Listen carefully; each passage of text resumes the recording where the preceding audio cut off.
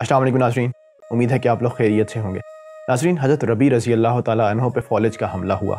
हमला काफ़ी शदीद था, जिसकी वजह से वो काफ़ी तकलीफ़ में थे और इसका मतलब ये था कि अब वो बाज़ार नहीं जा सकते, कारोबार नहीं कर सकते और घर में आमदन आने का सिलसिला भी बंद हो चुका था। इसी दौरान उनके दिल में ख्वाहिश ज़ाहिर हुई कि क्यों ना वो गोश्त खाएँ, लेकिन घर के हालात को देखते हुए और माशी मुश्किलात को देखते हुए उन्होंने अपनी इस ख्वाहिश को अपने दिल में दबा लिया। फिर कुछ अरसे बाद उन्होंने अपनी बीवी से इस ख्वाहिश का इज़हार किया कि मैंने पिछले 40 दिनों से इस ख्वाहिश को दिल में दबा के रखा है। उनकी बीवी ने कहा कि ये कौन सी बड़ी बात थी, आपने ऐसे ही अपने नफ्स को मुश्किल में डाला, अल्लाह ताला ने इसको हलाल करार दिया है और इंशाल्लाह आपको कल ही मैं बना के खिला दूंगी। उन्होंने अगले ही रोज़ बाज़ार से गोश्त मंगवाया, उसको बड़े अच्छे तरीके से बनाया और अपने शोहर के आगे रख दिया। हज़रत रबी रज़ी अल्लाह ताला अन्हो जैसे ही उस गोश्त में से नवाला खाने लगे, उनके कानों में आवाज़ पड़ी। ये बाहर दरवाजे पे खड़े साहिल की आवाज़ थी।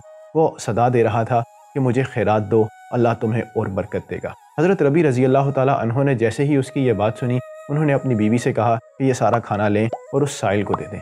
उनकी बीवी ने कहा सुभान अल्लाह, मतलब वो कहना चाह रही थी कि मैंने इतनी मेहनत की है, ये गोश्त आपके लिए बनाया है और आप कह रहे हैं कि ये मैं साहिल को दे दूँ। उन्होंने कहा कि मैं उसको वो दे दूँगी जो उसके हक़ में बेहतर है।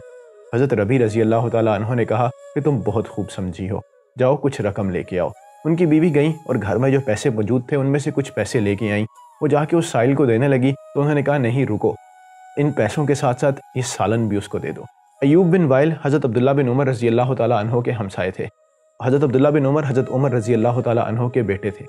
वो कहते हैं कि मुझे पता चला कि हज़रत अब्दुल्ला बिन उमर रज़ी अल्लाह ताला अन्हो को हज़रत अमीर माविया रज़ी अल्लाह ताला अन्हो की तरफ से 4000 की रकम मौसूल हुई है और उसी रात एक और शख्स ने भी हज़रत अब्दुल्ला बिन उमर को 2000 की रकम और एक कीमती चादर तोहफे में भेजी है।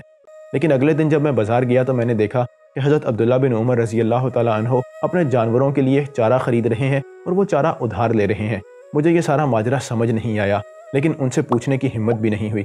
जब मैं वापस आया तो हज़रत अब्दुल्ला बिन उमर रज़ी अल्लाह ताला अन्हो की एक बांदी मुझे मिली। मैंने उससे सारा वाक़या पूछा। मैंने उसे बताया कि इस तरह ख़बर मिली है कि उन्हें 6000 दिरहम आए हैं और ये रात ही की बात है। लेकिन जब बाज़ार में गया तो मैंने देखा है कि वो अपने जानवरों के लिए चारा उधार ख़रीद रहे हैं। तो उनकी बांदी ने कहा कि आपको जो खबर मिली है वो बिल्कुल दुरुस्त है।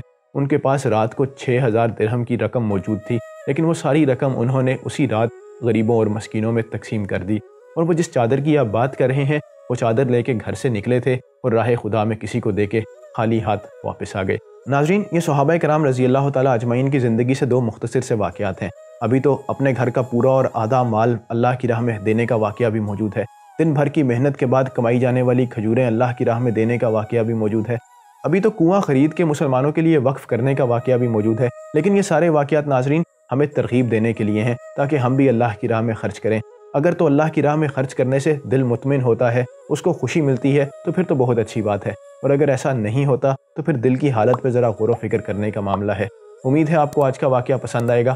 अगले वाक़ये तक के लिए मुझे दीजिए इजाज़त, तब तक के लिए अल्लाह हाफ़िज़।